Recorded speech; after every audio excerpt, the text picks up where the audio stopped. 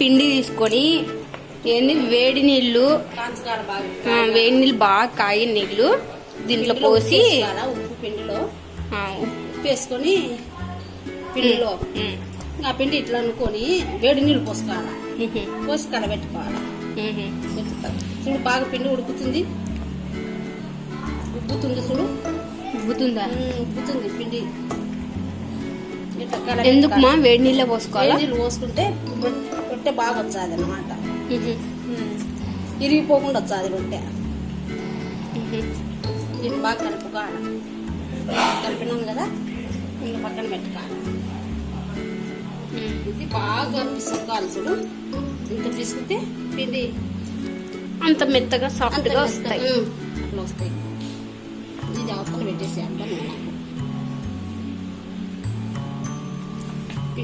పిండి ఎంత బాగా పిసికితే అంత సాఫ్ట్గా వస్తాయి రొట్టెలు, బాగా వస్తాయి చిరిగిపోకుండా.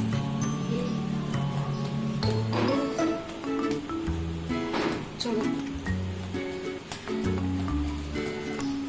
బో ప్రొఫెషనల్ చేస్తున్నావు కదా మరట్ట. అక్కడ పిండి చూడు, పొడి పిండి.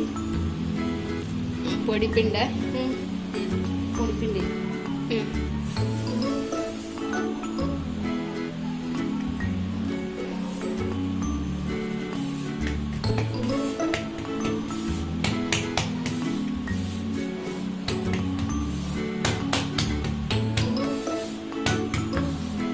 అక్కడ కట్టండి చూడు.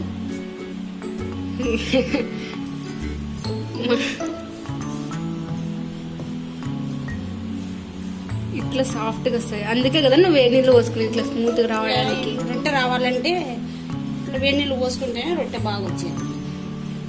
ఇది ఒక ట్రిక్ అమ్మ. ఫస్ట్ దీంతో ఇట్లా అనేస్తుంది. ఇది చపాతీ కాదు, రొట్టెనే.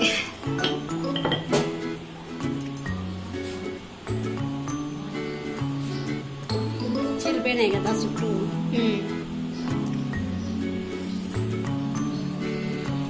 చిరిపోయినంటే రౌండ్ అక్కడ పెన్న అంటించు. అంటించిన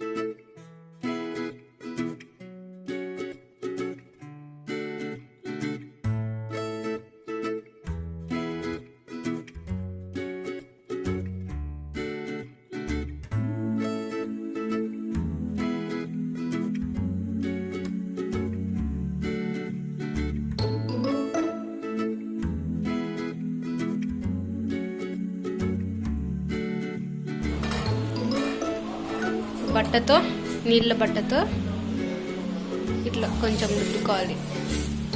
ఎందుకుమా రుద్దుకోవాలి చెప్పు.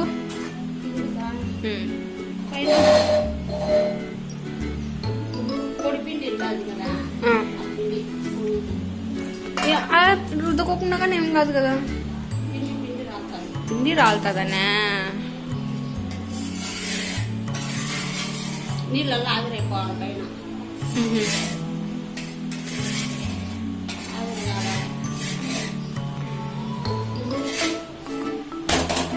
ఓకే, అట్లాంటప్పుడు ఇక్కడ కూడా పొడి పిండి ఉంటుంది కదా అతుక్కొని. పైన ఉండదు కదా, ఇప్పుడు నేను పైన కదా కాల్చేది. అట్లంటావా? ఓకే ఓకే, అర్థమైంది. రాదు రాదు కాలది, కాలిన తర్వాతే వస్తుంది కదా. ఇప్పుడు రొట్టె అయిపోయింది. అయ్యో మాడిపోతాను.